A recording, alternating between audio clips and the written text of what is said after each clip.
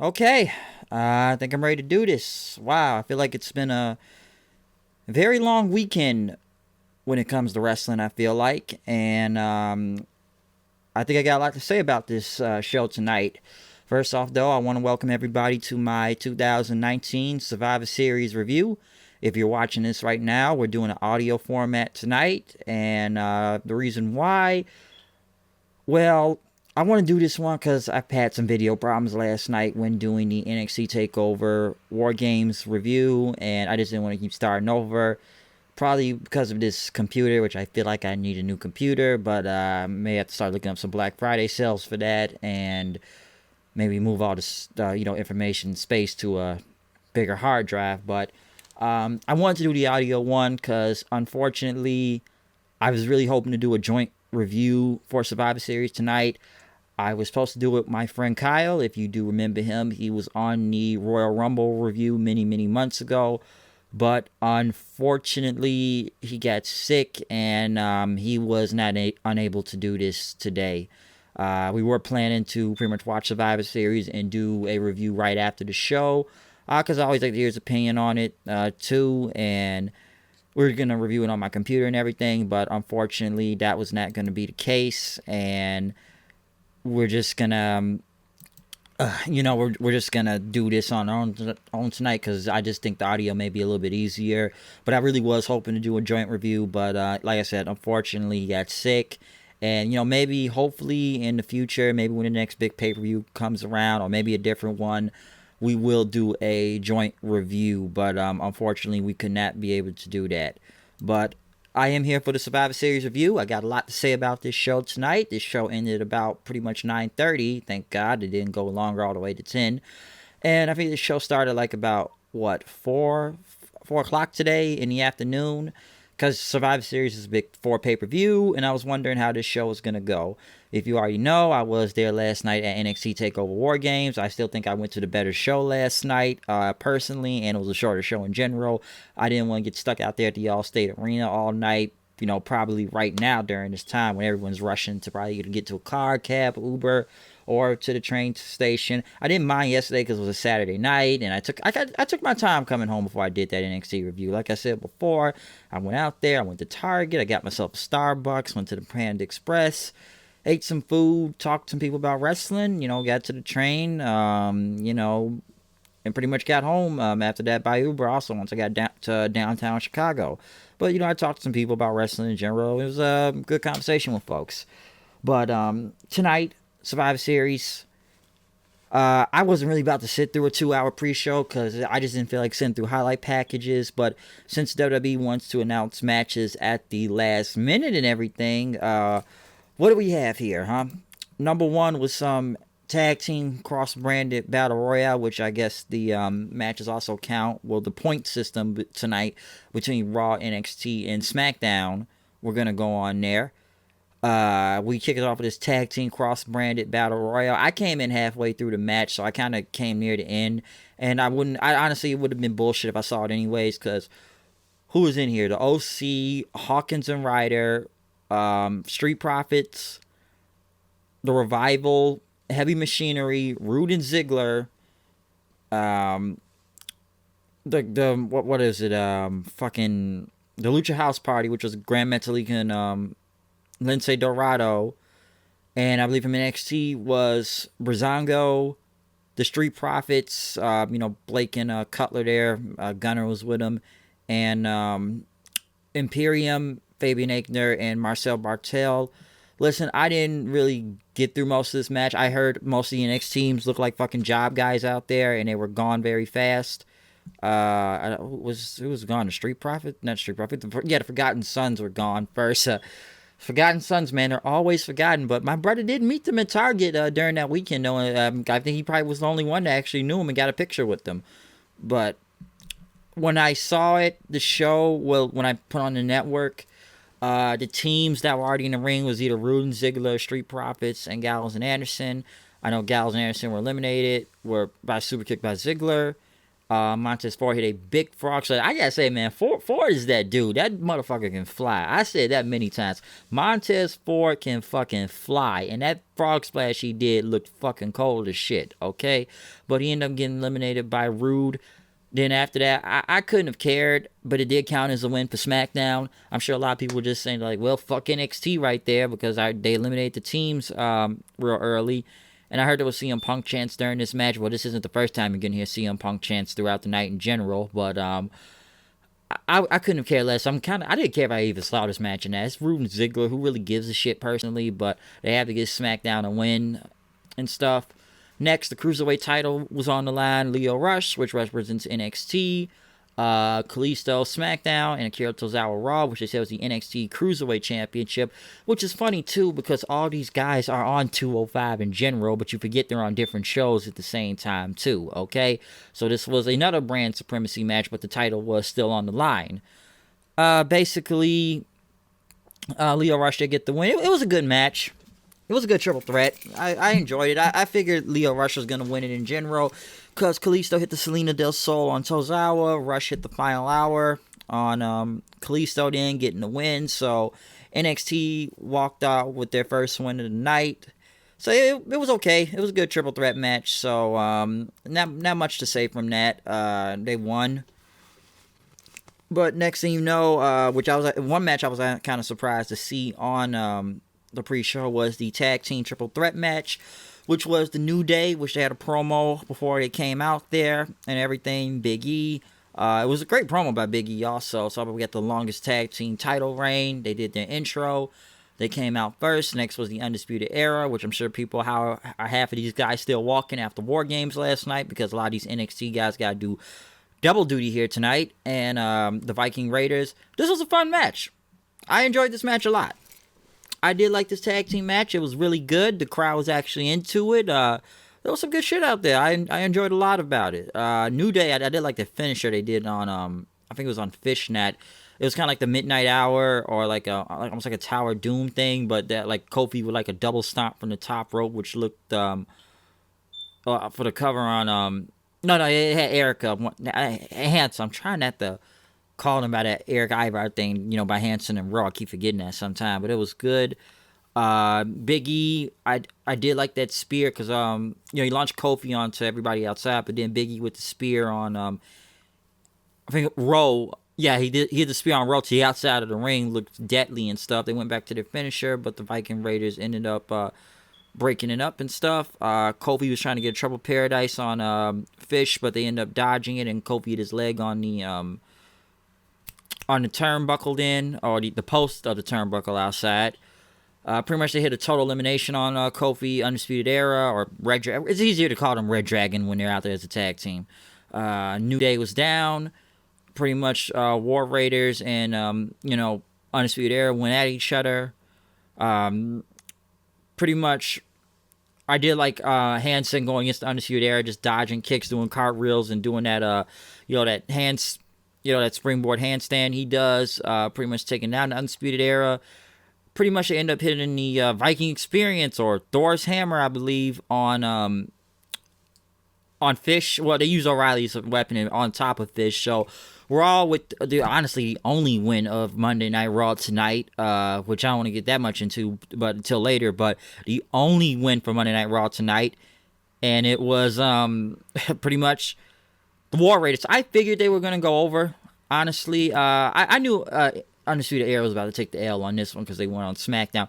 And personally, I thought a lot of these NXT guys were about to take L's tonight because, several reasons to make them look like shit. But, I know a lot of these people work double duty this weekend, so I kind of figured Undisputed Era was going to take the L right here. I know some people expected New Day too, but I wasn't really surprised when they lost to the War Raiders. But it was a fun tag match, though. I overall enjoyed it.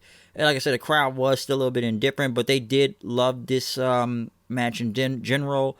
I think they kind of got confused on who to root for. And in a way, tonight I'm going to get to more of this crowd in Chicago because it's almost like a tale of two different crowds almost when watching both of these shows, because when I was in NXT TakeOver last night, they were hot, but they were very indifferent throughout the night here. And I don't know if it's a different crowd. I don't think so, because a lot of people I saw in that crowd was the same motherfuckers I saw there last night at NXT TakeOver. So I don't want to get told, oh, it's Survivor Series, or they're just there for NXT. I don't know. It's a lot to say, but we did kick off the entire show. Which, by the way, on the pre-show, by the way, they finally announced all the teams that were part of these in the NXT teams, because we didn't know who was on the NXT teams and that. And, of course, when the Raw, SmackDown, and NXT teams came out, they came out to the theme songs of the show. Pretty much Team SmackDown, you had Sasha Banks, Carmella, Dana Brooke, Lacey Evans, and Nikki Cross. Team Raw, Charlotte, Natalya, Asuka, Kairi, and Sarah Logan, which... surprisingly, she was on this. I don't know how she did to get in this damn team. And Team NXT, which was kind of changed also, was, since, Yim and Nox were out of the thing, it was Rhea Ripley, Candice LeRae, Bianca Belair, Io Shirai, and Toni Storm, which I know it's funny to some people, because four of these women beat the living fuck out of each other last night on War Games, but we got to team up together now, because Logic, that's why I've said that throughout this whole feud, like with the NXT guys, like, hey, we still got to fight each other at War Games and kill each other, but we got to show brand loyalty, because Triple H, that's why he's the NXT god, so we have to do what he says. I've said that about this whole thing, that yeah, we're going against each other at War Games, but we still got to fight. We got to fight for the brand, but the commentary teams were changing throughout the night, because we did have Cole, Lawler, and Beth Phoenix for the first part of it, which you're going to see a lot of commentary changes throughout this whole thing. But we did kick it off first with, which all the women did argue with each other at first.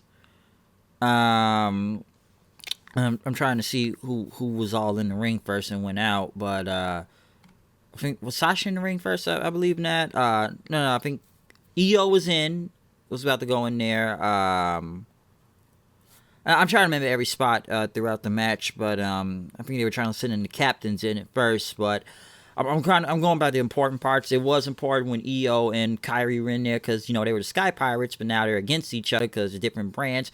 Io was over. Carmella kept arguing. I know fans were pissed about, why is Carmella has to sell, not Carmella, but why are they selling to people like Carmella and Dana Brooke and others? And we kind of got a good thing with Kairi and Io for a second going against each other, because Dana Brooke was in, but she kind of let them go at each other at one point. One thing that was confusing throughout this match, and I know this plays into later in the night, but if you go back and look, I believe Charlotte speared Io Shirai, and I don't know how the fuck Candice LeRae got on the damn ground, but apparently both of them were out on the ground, and trainers and the referees came and checked them, but They had to leave. So they left because they weren't pinned, they weren't submitted or anything. They had to go because they were knocked down. And I didn't really go back and try to rewind it because I didn't have time, but it was very strange how that happened, and it didn't make any sense. Because I'm sure people are like, wait a minute, Io Shirai just did a fucking moonsault off the top of the cage the night before, and now she gets eliminated because of a spear, and then Candice is gone too, and it became like a 3-on-5 then. But next thing you know, Ripley and Nikki Cross were going at inside the ring. Cross going at Ripley. Belair pretty much got involved. Nikki Cross pretty much got pinned by Bianca Belair by a roll-up. Belair hit a 450 splash on the Sarah Logan then. Very cool 450 splash. Logan was gone. Belair was still in. Carmella came in, hit a Hurricane Rana on there, pretty much sent her into Charlotte. Or Charlotte pretty much ran to Belair, I believe. Carmella pretty much went on the top rope, tried to even hit a Hurricane Rana on her. It did not work. Charlotte came back to hit a natural selection on Carmella, pretty much eliminating. Yeah, she eliminated Carmella then. Kairi Sane was next, hitting the insane elbow on Toni Storm. Had the pin, but Sasha broke it up with a Meteora, which Kairi Sane was eliminated then. So Kairi Sane was kind of gone quick. Asuka, pretty much was checking her and everything. So then, we're only at 3. Asuka came in, taking down Dana Brooke with a kick. Dana Brooke didn't really do shit anyways, nor did I believe anybody wanted to see Dana Brooke in general. So Asuka took her out next. Charlotte then came back in and pretty much went against Lacey Evans then. Asuka Asuka and Charlotte start arguing with each other then because of the tag, and they start pushing each other to the ground and stuff. And I'm sure this was where this was gonna go.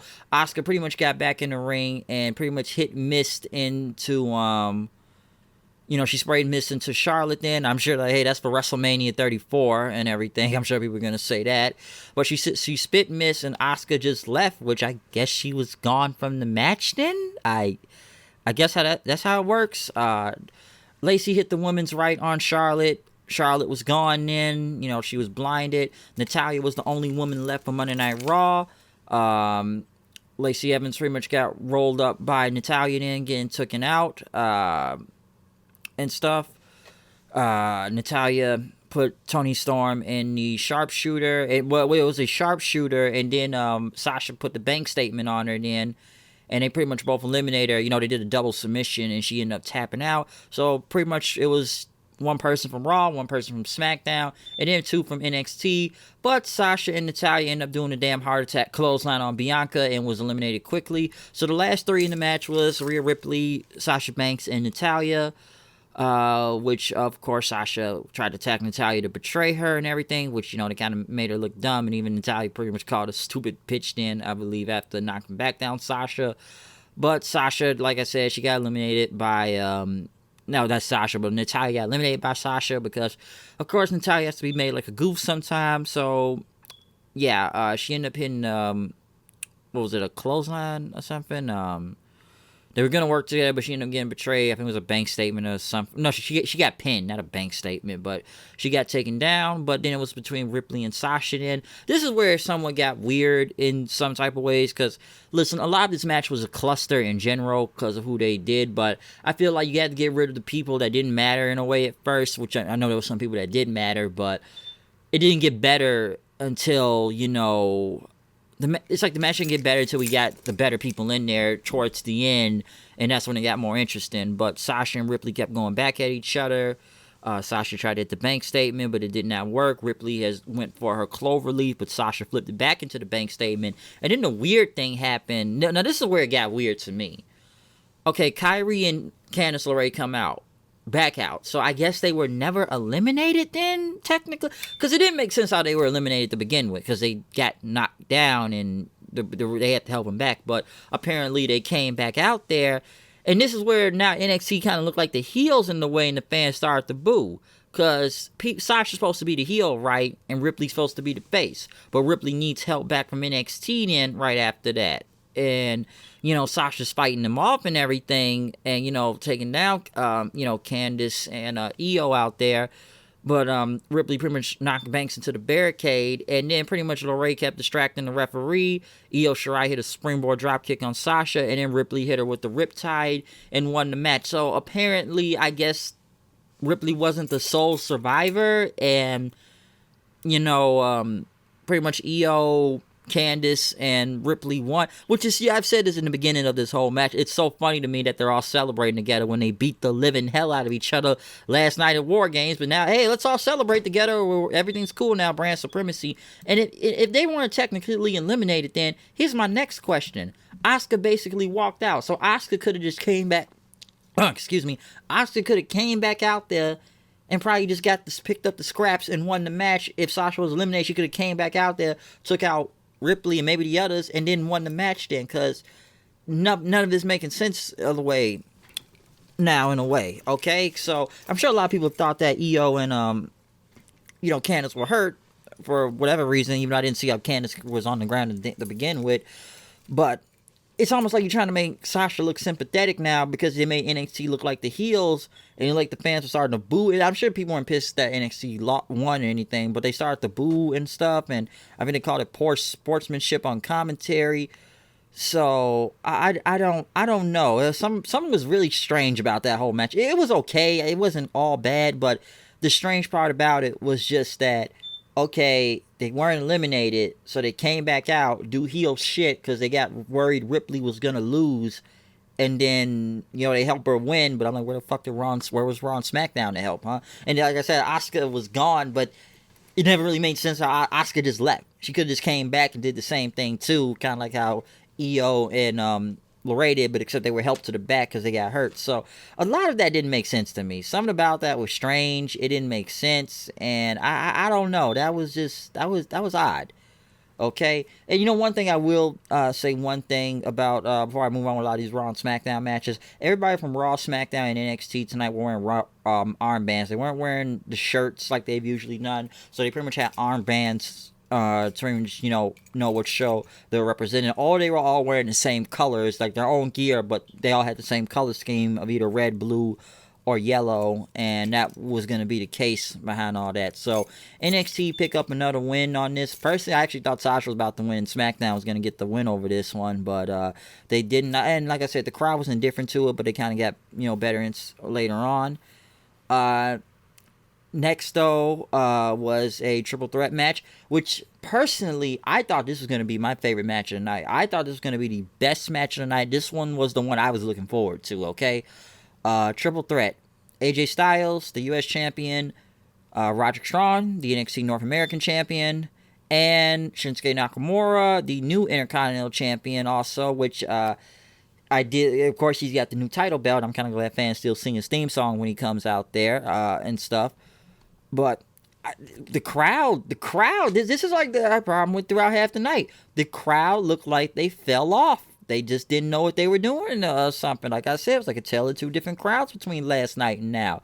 And don't get me wrong, they got their energy back up later on. I'll tell you when they got their energy back. But it's almost like they fell off from this. And this was a really good match, too. Okay, this was like really great. Now, I was liking what was going on because you got like 3 great workers in this match. And I did like what was going on with the back and forth. I did kind of like how Styles was about to go for a Styles Clash on Nakamura, but Strong came back with a big knee to his head. Of course, Sami Zayn pulled Nakamura to kind of keep him safe at ringside. Strong with a suplex, but AJ pretty much got out of there and got him over his shoulders. Nakamura came back with a kick on Strong then and stuff. Styles pretty much went for Nakamura's leg, tried to go for his finisher. Nakamura didn't hit a GTS on Strong, which fans started to chant CM Punk. Like I said, CM Punk chants were up and down throughout the night, and I'm sure somebody said this to me. Why y'all chant CM Punk and disrespect? Nigga, this is Chicago, okay? Fans are going to chant CM Punk. They did it last night, but they were kind of indifferent. I've already said, I'm not going to get into those CM Punk thing right now. I'm already indifferent on the whole situation as it is with him being back. But like I said, Fox employee, so he's not technically back in WWE, but I'm sure everybody's gonna have their opinion, but there were Punk chants when Nakamura did a GTS. He was about to do the Kinshasa on Roderick Strong, but Styles had cut him off. Then Nakamura pretty much to the back breaker on Styles. It pretty much Nakamura pretty much got Strong. Nakamura hit a Kinshasa on Roderick Strong. Then it became with AJ Styles and Nakamura, which the crowd did get hyped for because New Japan, that's why. Which basically, I called this match a New Japan / Ring of Honor match because that's basically where all these guys came from. 2 of them, well, AJ was in Ring of Honor in New Japan, but the guy was the IWGP champion. But, Roderick was in Ring of Honor and Nakamura, New Japan Pro Wrestling, so that's what I kind of called it. But Styles and Nakamura went back and forth at it. Styles hit a Pele kick. Took pretty much charged with another kick then. Nakamura dodged it. He had a pop on a slam on him. Styles came back. He hit the phenomenal forearm on Nakamura, but Roderick Strong threw AJ outside, stole the pin, and pinned Nakamura to win this match. So Roderick Strong went over. NXT 3 and, Raw and SmackDown still got 1. Number 1, did I expect Nakamura to take this pinfall? At first, I did, in general. He was going to take the L in this. But then I was like, okay, they gave him a new Intercontinental Championship, so this guy can't really lose, right? Personally, I thought AJ Styles was going to win this match. I personally thought, in my mind, AJ Styles was going to get the win right here, but it didn't happen. Now, AJ wasn't pinned, but, Nakamura got pinned, and, I kind of figured that because... someone told me they was going to make the Intercontinental Champion lose, but then again, I'm like, okay, this guy's got a new title belt and everything, so he's got to win, right? But Strong ended up stealing the win from there, and, he ended up stealing the win and won, like I said, he won the match right there, getting another one from NXT. as AJ and Nakamura looked on. Miz was talking to Daniel Bryan tonight, saying we don't like each other, but he talked about the Fiend is evil and stuff, and I know you feel it too. And for everybody's sake, your kids' sake, our wives' sake, and everything, you got to put the stop to the Fiend. Bryan pretty much says, get out of my face, as he went back to shadow boxing. Kevin Owens was sitting down as Seth wondered what was going on last night, as Kevin Owens says, like, hey, listen, I'm not on NXT. I did that because I wanted payback on the Undisputed Era for what they did to me. And then Kevin Owens brought out Seth, like, let's talk about your history, huh? Let's see who you betrayed nowadays and everything and stuff. Next, though, was probably, some would say, and I could agree, I probably would agree on this too, Adam Cole versus Pete Dunne for the NXT Championship. Now, I expected Mauro Ranallo to be on commentary. Now, I don't know what's going on with this story tonight, but they put Michael Cole in his place, because it was Michael Cole, Nigel McGuinness, and Beth Phoenix.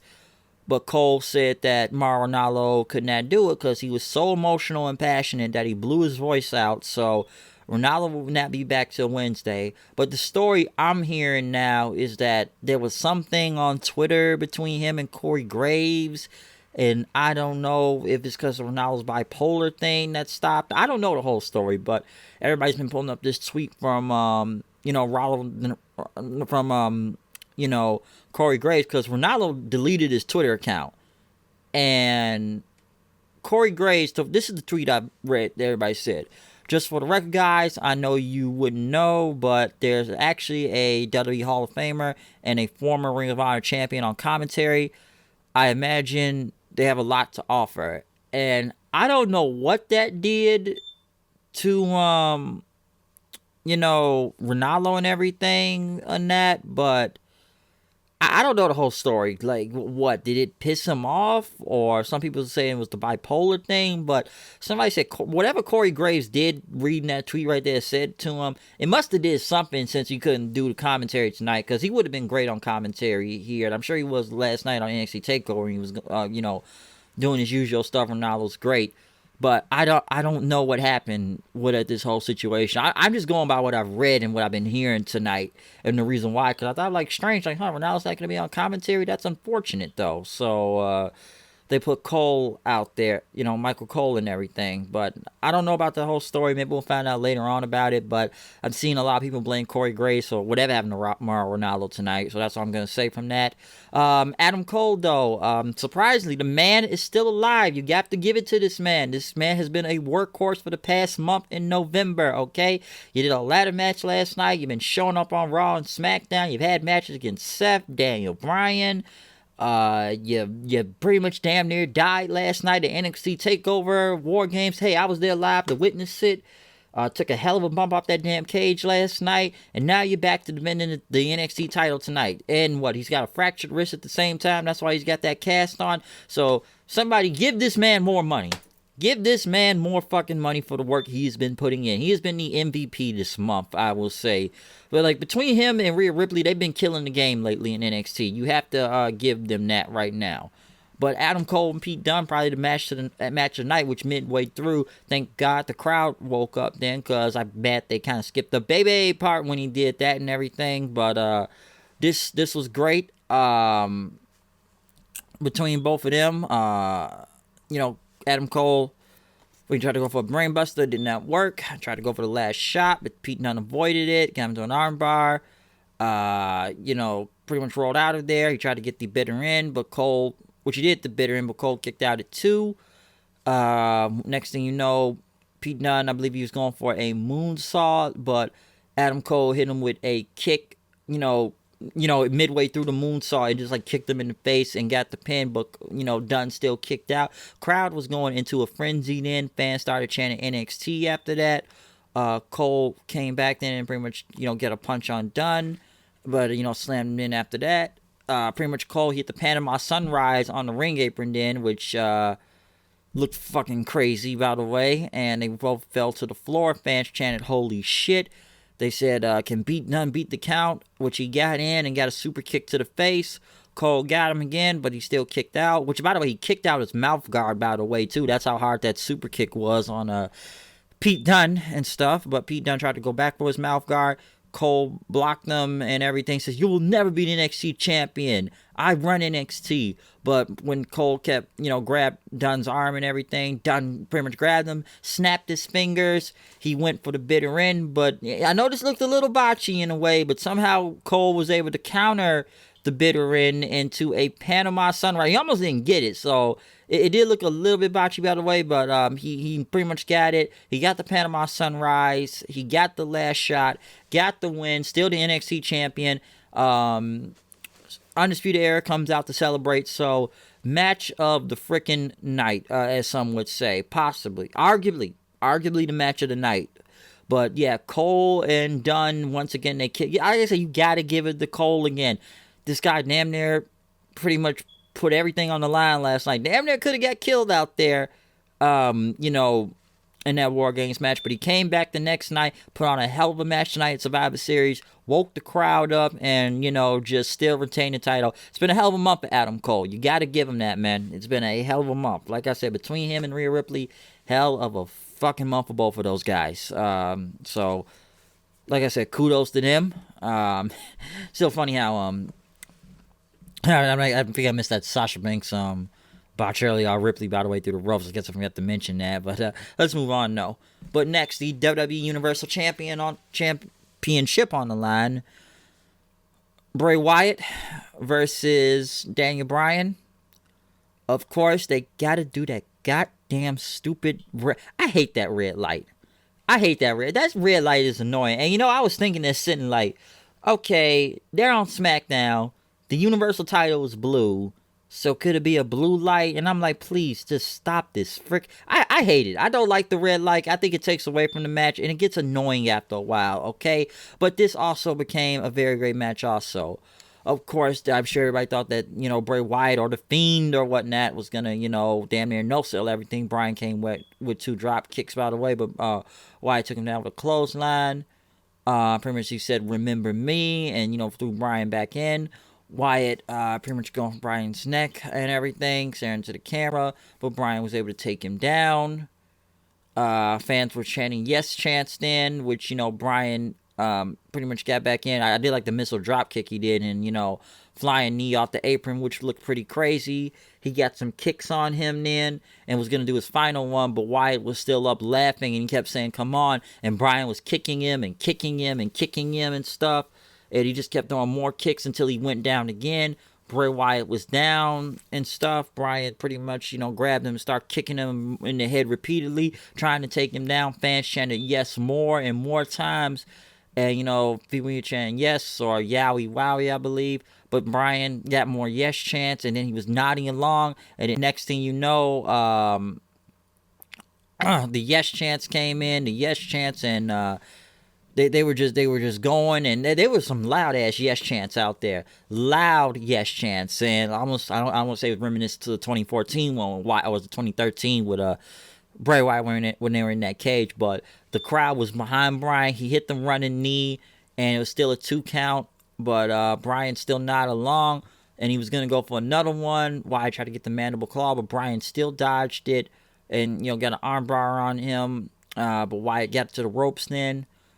But, Bryan, he went for a roll-up. It did not count. He went back for Wyatt again. But Wyatt ended up hitting the damn mandible claw and got it through. Which, by the way, he passed out, too, with that mandible claw. Why didn't they just say, it was over and could just ring the bell instead of going to 3 count? But I guess his shoulders were on the ground. Then again, Lance Archer does that shit in New Japan with that EBD mandible claw. So I guess it's basically the same thing, too, when you look at it. So that's why... overall, this was a very good match and everything. I'm sure a lot of people say it was better than in the Seth one. I'm glad this wasn't as unrealistic as, number one, Bray Wyatt didn't kick out at 1 on everything, and he actually kicked out at 2 when Bryan got him with the running knee and stuff. And I think the difference between the Seth match and the Bryan match, maybe because people either like Bryan more and they just didn't like Seth, because my problem with the whole Seth thing is that it just became so unrealistic 2 times that, number one, you make Bray Wyatt into an unstoppable motherfucker that what, I can hit you with damn near 10 freaking finishers, but you kick out at one, you hit me with one finisher, and then you win. Doesn't make any type of sense, but I guess it goes with the characters. Everyone wants to say, hey, I can hit you with like what, a chair. I can hit you with any weapon I find, including the kitchen sink, and your ass still kick out at fucking one? That don't make no sense, okay? But they want to make him the new Undertaker, by the way. I don't know, man. I believe they are exposing Wyatt in a way. I don't hate the whole thing, but it's just, it looks silly to me when he kicked out at one, and I'm kind of glad it wasn't a lot of no selling this time, and Bryan at least got a 2 count on him and stuff. So I think that's the difference between the matches, and I think maybe the fans are either that or more invested into it. But once again, at least the crowd was awake during this time too, so it was still overall an enjoyable match, though, but I figured Bray Wyatt was going to retain. Did I expect The Miz to come out and interfere? Yes, I did. I actually thought he was going to come out and interfere, but The Miz did not come out, so... excuse me. Miz did not come out, so yeah, Wyatt, he won clean, and there you go. Like I said, the Sister Abigail ran into the mandible claw thing, and that was it from there. But overall, though, a very good match between Bray Wyatt and Daniel Bryan. Rey Mysterio's interview tonight saying he was going to get paid back for Dominic and take out Brock Lesnar, swinging his legs and stuff. Next was the 5-on-5 men's match, which personally, I thought this could have been the main event, and I'm going to get later on to why this could have been the main event too. But the 5-on-5 match for Team Raw: Seth Rollins, Randy Orton, Drew McIntyre, Nightwing. Oh, I'm sorry, Ricochet, not Nightwing. Ricochet there, and Kevin Owens versus Team SmackDown: Roman Reigns, Baron Corbin, Braun Strowman, Shorty G, or Chad Gable, but I'm going to piss off people anyway and say Shorty G. And from Chicago himself, Mustafa Ali, who had the Chicago flag out there with him, going against Tommaso Ciampa, Keith Lee, Matt Riddle, Walter, and Damian Priest for the NXT team, which I swear to God, and I thought this would have been funny because I kept saying this, I would have not been surprised if Triple H put himself on the damn team for NXT, because that motherfucker would have put himself over, and I would have laughed if it happened. I would have laughed. I would have been a problem with it, but I would have seen so many people on the internet bitch about it at the same time, too. I would have just laughed and had a fun time if he was part of this match, though, because Triple H has been the leader of this whole thing, so why not throw him out there? But, we kicked it off with Strowman, Ciampa, and Rollins was in. Strowman had took him down with a drop kick. Ciampa tagged Walter, which Walter got a big pop. And McIntyre also was in. Walter and McIntyre pretty much, when that is, Strowman had pretty much, kept getting kicked and everything when they were going for him. But McIntyre had punched Walter. They kind of traded strikes for a minute. Walter pretty much, he knocked McIntyre down with a big boot. He pretty much hit a German suplex on him. He wanted a piece of Strowman in. Walter kicked Strowman, but Strowman hit him with the drop kick into the corner. McIntyre hit Walter with a Claymore kick. So Walter was gone in 3 minutes, and I'm sure a lot of people were pissed about that, saying that, which did, in a way, does make sense. Walter's undefeated on the NXT UK show. He's the United Kingdom champion.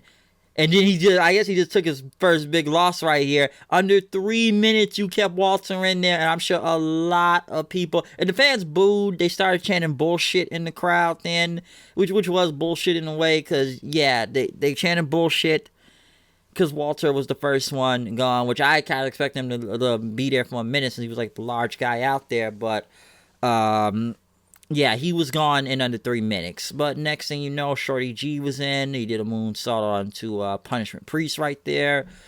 He kind of had a back and forth thing with Matt Riddle, which was a good transition and stuff. I did like that between him and Riddle, dodging suplexes, dodging the ankle lock. Really good by Gable and Matt Riddle out there. That was cool. But I did like one thing when Ricochet got involved and stuff. He ended up hitting what was it? He hit that Chaos Theory German suplex on Ricochet, by the way, but Ciampa kind of got in, got tagged. Ricochet got it. He did like I say, he did that spring thing off the ropes, and that's when the Chaos Theory German suplex came in. But next thing you know, what was it that got him? Then nah, Ciampa, he didn't hit that DDT, but after he hit the German suplex, Ciampa took down Shorty G with a kick. Kevin Owens was tagged in. He pretty much did a frog splash. He didn't know who to pick, but he chose Gable.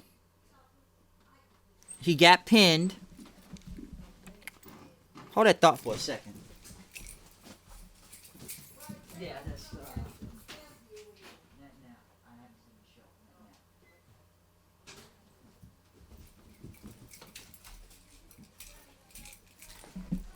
But what was I gonna say next? Hold that thought for a second. Shut up, shut up.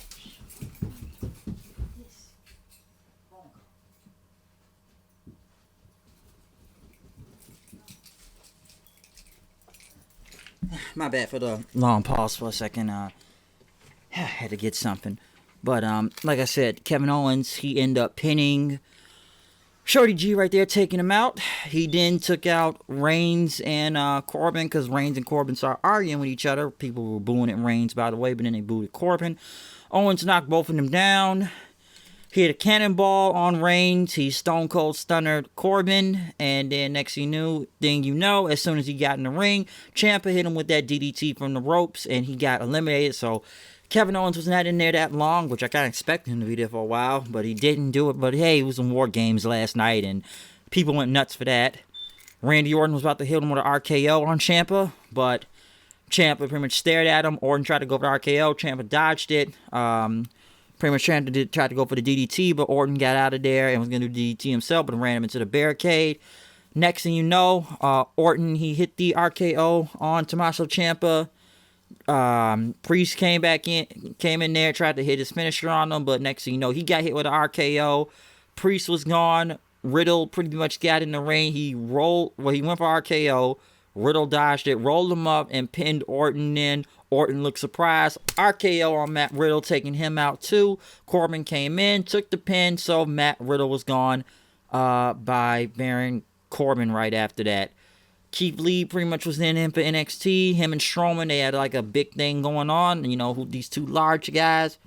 Next thing you know, there was a big bask in his glory chant, of course. Two giant guys going in at each other. But McIntyre pretty much took down Lee. Then, which is a legal man from Monday Night Raw. Strowman, of course, knocked him down. And then next thing you know, he's got to do his big running thing. Running everybody over, knocking them over the barricade. Ricochet goes inside out and stuff until he runs back in Keith Lee, which they both collided and went down hard like two semi-trucks smashing into each other. But McIntyre hit, Strowman with a Claymore kick, but since Keith Lee was a legal man, I believe, and, Drew were back in the ring and Strowman was still out, he was eliminated by countout. So there's countouts in triple threat matches, I guess. I guess they protected Strowman, but it's like this wasn't a one-on-one. This was a triple threat. So I don't know. That didn't make a lot of sense to me. That didn't make sense. I'm like, wait a minute, how is this a countout in a triple threat match? But I guess they just had to protect Strowman in a way. But I don't know. That shit didn't make no sense to me when he did that. It really didn't. So I'm not going to go on a court and keep trying to explain that. It just did not make no sense how Strowman was eliminated. But Ricochet came back in. Ricochet was doing dives down there and everybody, taking out, everybody on both teams. Of course, Nightwing was doing what he could to take them out, doing dives on everybody outside, on Reigns, on the others, which I thought was funny that Reigns did not get in the ring, could not even make it into the ring several times because he getting taken out by someone. And pretty much Ricochet was back in the days on him. So Corbin took him out. Mustafa Ali got a big pop because, hometown, Chi-Town and stuff. Pretty much going in at Ciampa, going in at Seth and everything. I did like that, that whole little roll thing he does into the ring. He does a face buster, but he jumped over Seth and did it on Ciampa then. Mustafa Ali was on a roll. Fans started chanting Ali then. But then next, Corbin stopped him and started arguing with him then, which got mad at Ali for tagging himself in. Ali slapped his hand out away from him. He tried to get back in, but next thing you know, Rollins hit him with a curb stomp, and Mustafa Ali was eliminated because we got to make people lose in their hometown. And then fans, once again, they start chanting CM Punk. Very loud CM Punk chants then. After that, Corbin and Reigns started arguing with each other again. McIntyre pretty much ran Reigns to the barricade and stuff. And then got Ciampa back in there. Then right after, Seth hit a dive on everybody. But, Ciampa was still in the ring. He was going to go for like a dive himself, I believe. But Drew McIntyre came in, hit him with an Alabama slam. He said he was going to kick Ciampa's head off back into NXT. But before he could do it, Reigns came back in with a spear, eliminating Drew McIntyre. So next thing you know, Rollins, he tried to roll up Reigns for a 2 count. But Reigns, he pretty much rolled to the floor then. Rollins went for a dive, but Reigns hit with an uppercut then right after that. Tried to hit the drive-by. Ciampa cut him off. Went for the fairy tale ending. Did not work. Reigns avoided it.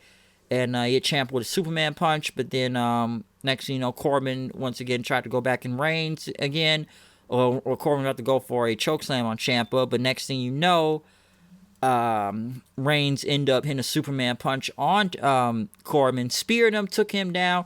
Ciampa looked on. He got the pinfall. They had to stare down for a second, so they got rid of Corbin and everything after Ciampa pinned him. And pretty much right after that, Rollins was only the last man left on Raw. Reigns was the last man left on SmackDown, and Ciampa and Keith Lee were still the remaining survivors on Team NXT. So Rollins and Reigns pretty much worked together because Shield reasons. They started going against Lee and Ciampa. Then they cleared the announce table. Fans started booing. They were going to hit the Shield bomb on Ciampa through the table as they were the Shield for a quick second, minus Moxley, Ambrose, whatever you want to go by his name. Reigns was going to go for the power bomb, but Keith Lee stopped it and bulldozed both of them to the ground. Ciampa threw Rollins back into the ring. He hit a knee on him then. He hit Project Ciampa on Seth Rollins. Did not work. He was going to go for the fairy tale ending, but Seth got out of there, super kicked him. He avoided the curb stomp. Rollins pretty much goes back off the ropes, hit him with another knee. Ciampa tried to go for his fairy tale ending again. Because Seth was saying, like, I created NXT and now I'm going to destroy it. Ciampa pretty much went to do his fairy tale ending again. But Reigns came back in. Superman punched him then. And Rollins hit the curb stomp. Ciampa was gone. So the final survivors from every team was now in the ring. Keith Lee, Seth, and Rollins, which they pretty much went for Keith Lee then. And, super kicking him. Rollins once again went back for the stomp. Fans booed. He said he was going to burn NXT to the ground because he was on that created. I started this whole thing. But Lee caught him. He hit him with the jackhammer. And I'm sure people say this is a star-making performance for Keith Lee. A star-making performance for Keith Lee. Because he took out Seth Rollins then. And then next thing you know, it became between Reigns and Keith Lee then after that. They pretty much had a showdown in the ring with the final two. Reigns hit a couple Superman punches on him. Did not work. Lee kicked out. Reigns went for another one. He was going to... and everything. Went for another Superman punch. But, and stuff. He was about to go for the spear. He was about to go for that spear, but he ran into Keith Lee. Keith Lee hit a big spirit bomb on him then, and I swear to God, I thought it was over after that. I jumped out my seat when Keith Lee did the spirit bomb on Roman Reigns. I thought it was over. Keith Lee wanted to end it with a moonsault, but Reigns ended up dodging it. He speared him, and Team SmackDown finally got the win, making it a 3-2-1. Match went almost at least 30 minutes, but once again, like I said, once you get past the quick eliminations and stuff, even though some of them were bullshit, the match got better on later in time. But once again, this was a very good match. But Keith Lee looked like a star out there tonight. He looked like a big star because I didn't even think Keith Lee was going to make it to the end all the way, but Keith Lee is just too damn good. That's why he made it that far. I know some people are gonna be mad that Reigns won and stuff, but hey, both of them got over though. Keith Lee got over, Reigns got over. It made Keith Lee look like a star out there. Because it's funny to me about Keith Lee though. Many months ago, I was saying when he was on NXT that this guy's got so much talent. He shouldn't be losing all the time on NXT. He shouldn't be losing to fuckheads like Lars Sullivan in that, because I thought that was bullshit when they did that on NXT, because Sullivan's going to the main roster. Why not put Keith Lee over? And Keith Lee was always putting on these good matches in NXT, but it's like I got tired of him taking the L. He's always taking the freaking L. Okay, he took an L to Puncher Martinez there. He took an L to Dijak, but he finally got the win back over Dijak and everything. But like the stuff I've seen from Keith Lee lately, though, from being involved in the War Games match, they're putting on matches with Roderick Strong and stuff, even that triple threat with him and Dijak and Strong for that North American Championship. Still was bad that he got pinned and stuff, but what he did in War Games last night and what he did tonight against Roman, he looked like a big star. Okay, he did. All right, and it was enjoyable.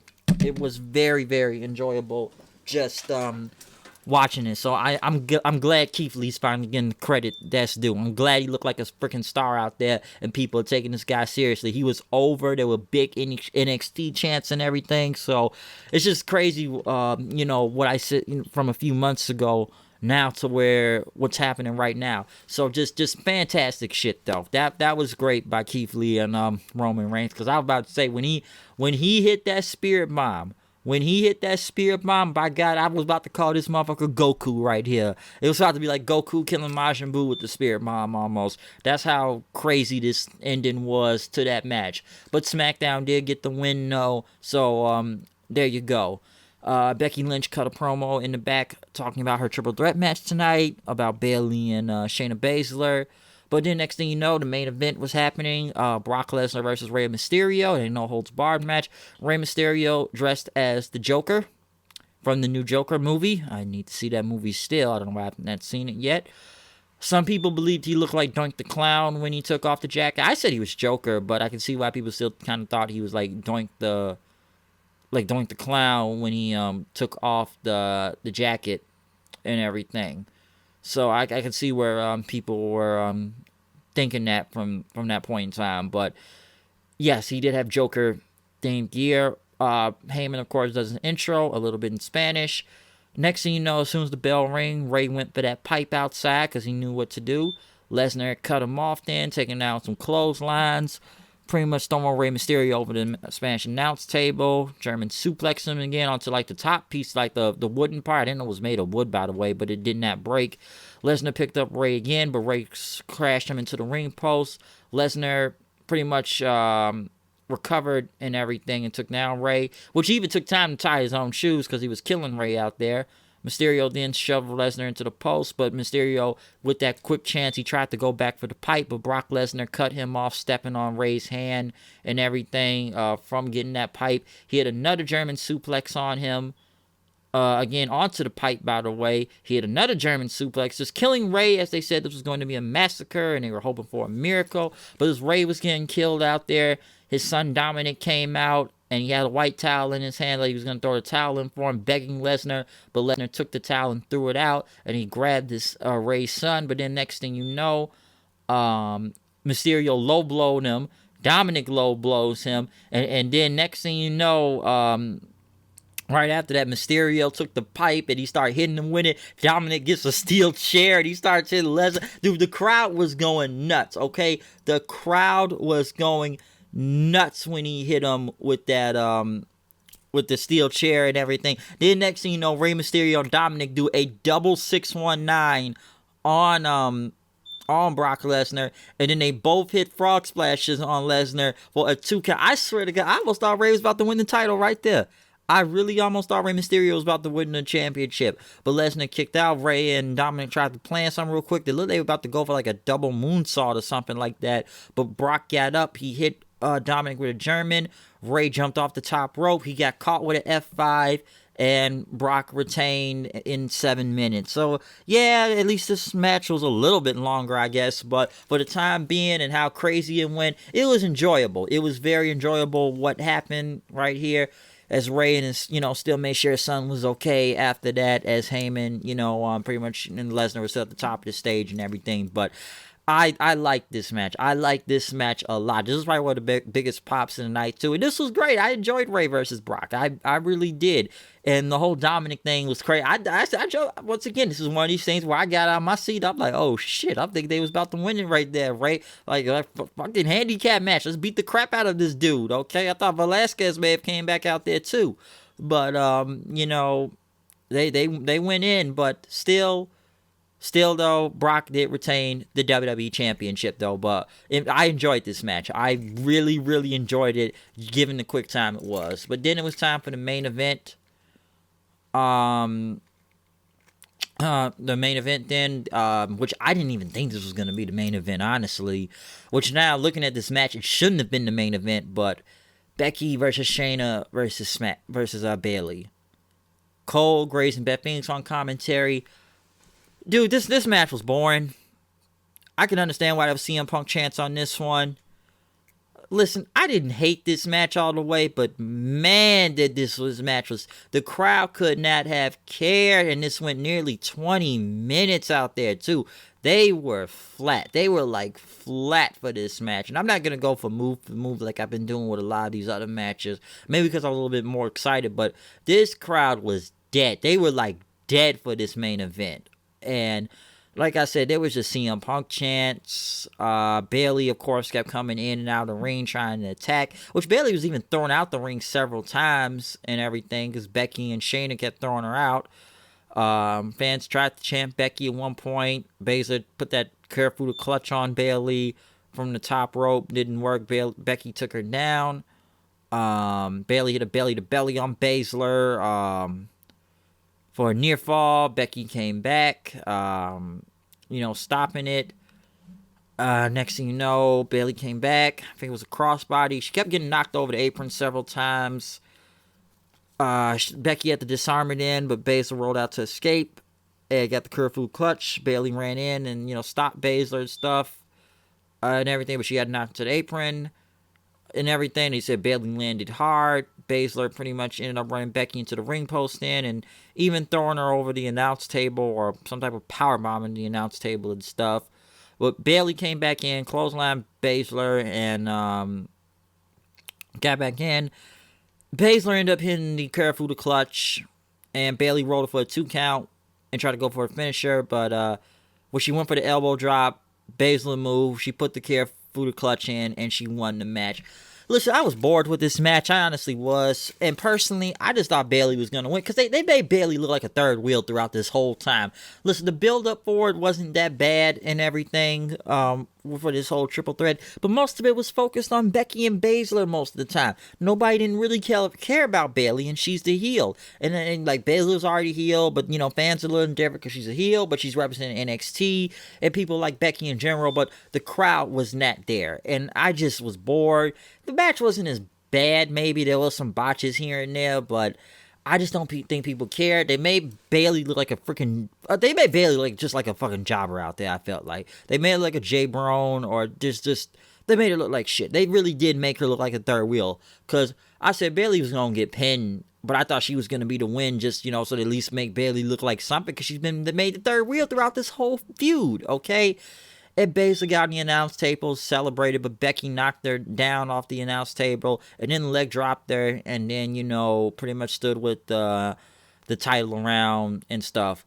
Honestly, this match shouldn't have been the main event. I almost forgot about this match until we even got to the main event. The main event should have probably either been Brock and Ray or the 5-on-5 Men's Survivor Series team match. That's what should have been the main event, okay?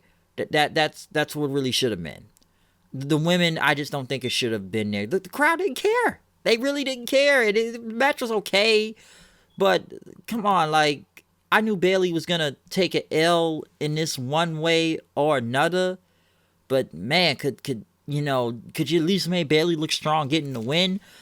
But overall, NXT did walk out of this though, with 4, SmackDown with 2, and Raw with 1. Personally, I thought SmackDown was probably going to get a tiebreaker from this, or Raw was at least going to get a point from this too. So I thought that would have been the case. I know so a lot of people saying, oh, maybe Ronda Rousey was going to come back tonight. I never had in my mind Ronda Rousey was going to come back, and I didn't think she was. I really didn't think Ronda was going to come back. I honestly didn't. Now, will she make sure for Raw tomorrow night in Chicago? We're here for a night in my city, so we'll see if that does happen in Chi-Town. But I never really had no type of thought that Baszler... not Baszler, I'm sorry, but Ronda Rousey was ever going to show up from this, okay? But overall, NXT technically did win this whole series. They won 4 matches, so NXT got 4 points, SmackDown with 2, and Raw with 1.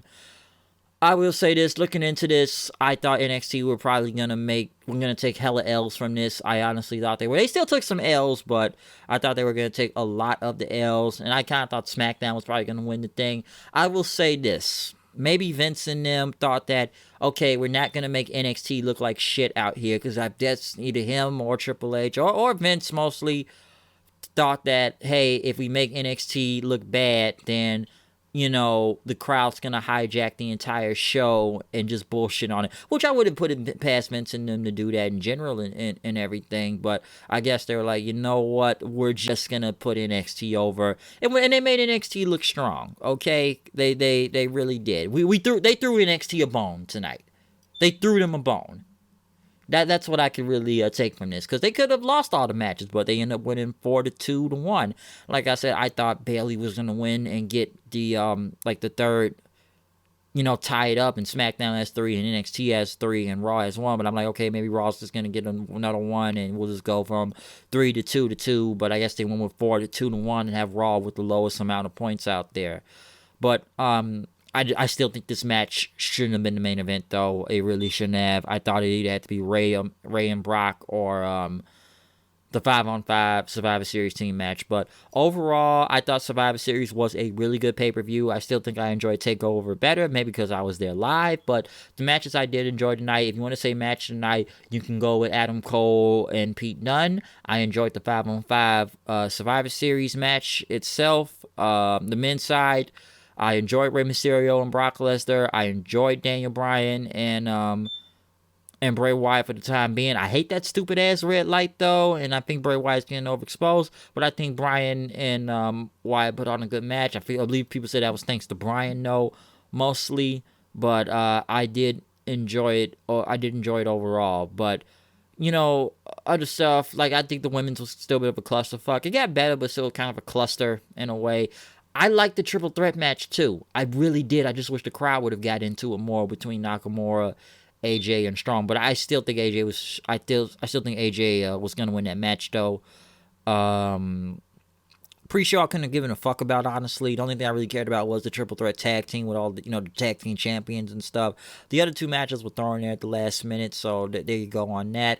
But overall, like I said, I enjoyed Survivor Series tonight. I think it was a good show. Am I going to sit here and call it the pay-per-view of the year? No. Am I going to say it was the greatest thing because NXT was involved? On some parts, yeah, because I'm sure fans wouldn't care. It was just the whole Raw and SmackDown dynamic as has been done several times. So let's do a triple threat and we'll add NXT to it now. And this may be more of a yearly thing when they do Survivor Series now, that we're just going to, put Raw versus SmackDown versus NXT. That may be the whole case of every year if that's going to be the thing. I don't know, okay? But I did enjoy Survivor Series, though. Like I said, NXT had to work double duty this weekend, so kudos to them because they really were putting it all out on the line out there between last night and tonight, especially after the War Games matches themselves. But like I said, fans were over with the NXT crowd in general, and I think a lot of them wanted to win.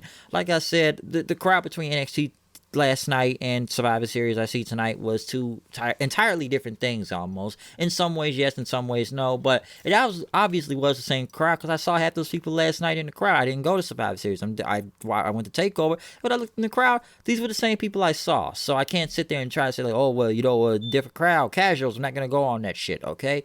But like I said, the crowd tonight I felt wasn't different, but they popped up when they got their energy back and sometimes when they needed to. But overall, like I said, a good show from Survivor Series tonight. Like I said, Ripley was on a roll, Cole's on a roll, Keith Lee looked like a fucking star out there tonight.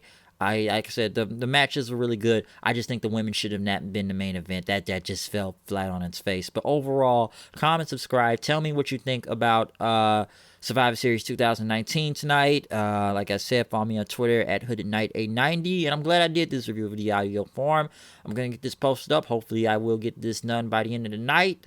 But I'm going to go from here. I got shows to watch, and I need to go check out The Walking Dead. I believe it was the season finale tonight before they returned several months later, so I have to avoid spoilers from that tonight also. But, hey, we got Monday Night Raw one more time in Chi-Town tomorrow, so I will see you all tomorrow for the Monday Night Raw review. When I'm done from here, I will see you guys later. I'm out of here. Peace out.